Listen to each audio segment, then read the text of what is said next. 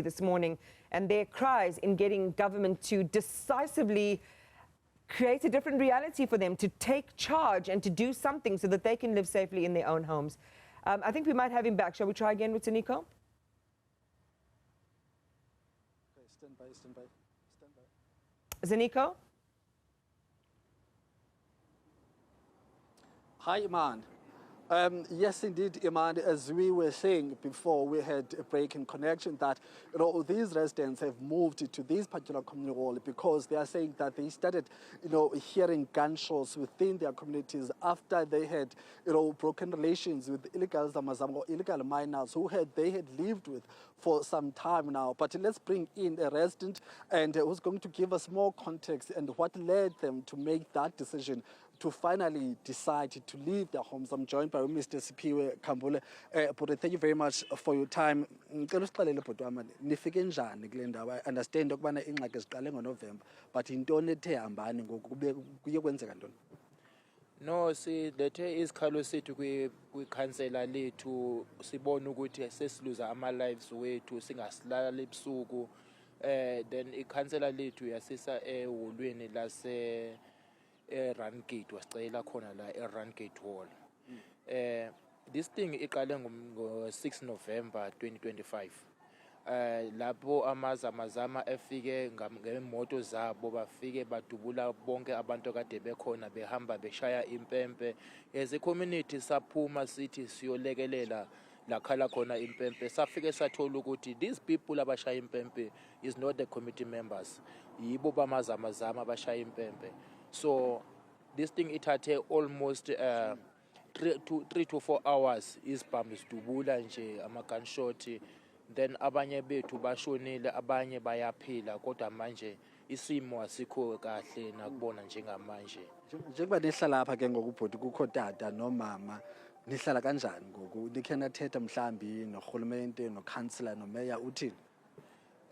Sizamile ukuthetha nekhansela lethu. Ikhansela wasibesela abantu baphezulu, kwafika imeya, i-acting mayor, kwafika MMC, kwafika abantu be-traffic department. Lana nje sihlala asihlali kahle at all kahle ngoba silala phansi, asinazipuntsha, asinangubo, siye into zethu emuva la sisuka khona. Nalana la sikhona njengamanje sisuke sibaleka, asukanga siziprepareile ukuthi sizalana.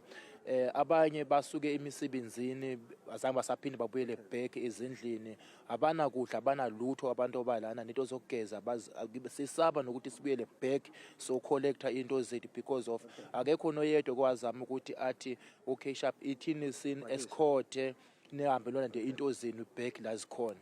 Njengoba silana sifike ngomhla ka6 January, ngomhla ka6 January silana njengamanje, sihleli nje nengane encane.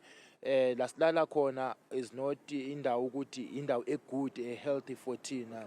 Abanye bazale balala nasema toilet because of a space, and we are the families lana almost 600 and something. Okay, sisawuqola ukukhatha mntakwethu, sisawuphinda sincokole nani kwezi hours izayo. We just want to wrap things up now, but siyabulela kakhulu ngexesha lakho bhuti wami.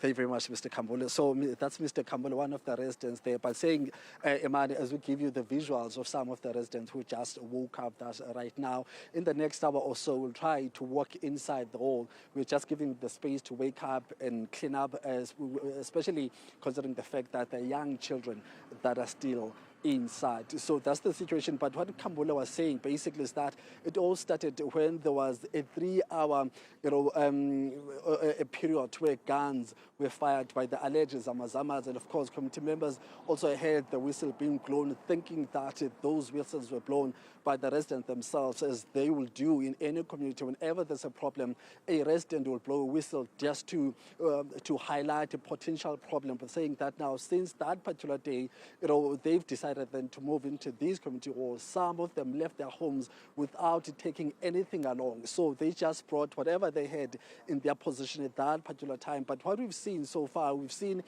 school-going children walking out with their school uniform, and those that are going to work just like normal citizens. But the problem now is that most of their basic documents were left in that very same informal settlement, which we'll try to go to a bit later on. But as the gentleman said, that the authorities have promised to be here at least by 8 o'clock. We're not sure which authorities are those and what is it that they'll be bringing in to these particular community members.